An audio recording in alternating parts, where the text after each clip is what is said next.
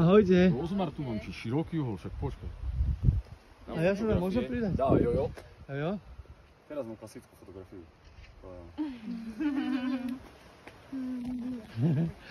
Tak a tam je kriváň, na ktorý nejdeme. Pre istotu.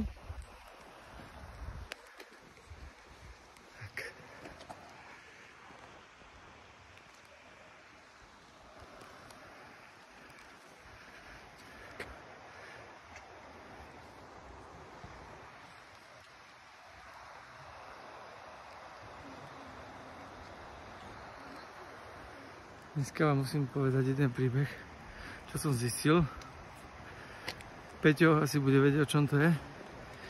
No, po včerajšej túre som v mojich Las Sportivách zistil, že ako keby ma niečo včera tlačil na palci. Tak som vyťahol Peťové vložky do topánok a typnite, čo som tam nenašiel. Obuvák, železný obuvák som tam našiel. A musím povedať, že sa mi celkom dobre šlápalo v ňom. No tak takáto príhoda sa ráno odohrala, keď som si išiel pozrieť tie topánky, že čo to tam mohlo byť, že ako keby tam niečo v tých topánkach nie je v poriadku. A bol tam pekný 10 cm obuvák, železný.